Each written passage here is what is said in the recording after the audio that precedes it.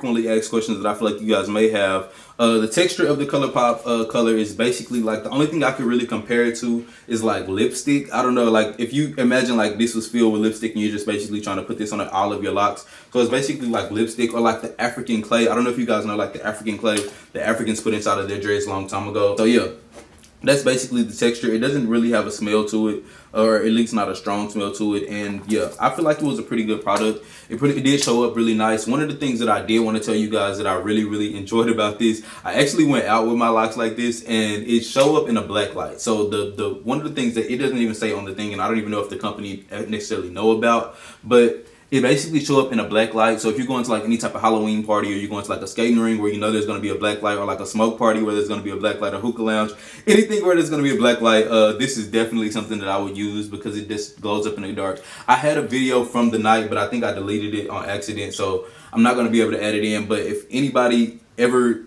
uses this color pop and uses it in a black light, make sure you tag me in your pictures. My Instagram is @TheClaytonLogan, so tag me in your pictures and I want to see. So yeah, that was pretty much it for this video, and I will see you guys in my next one. Peace.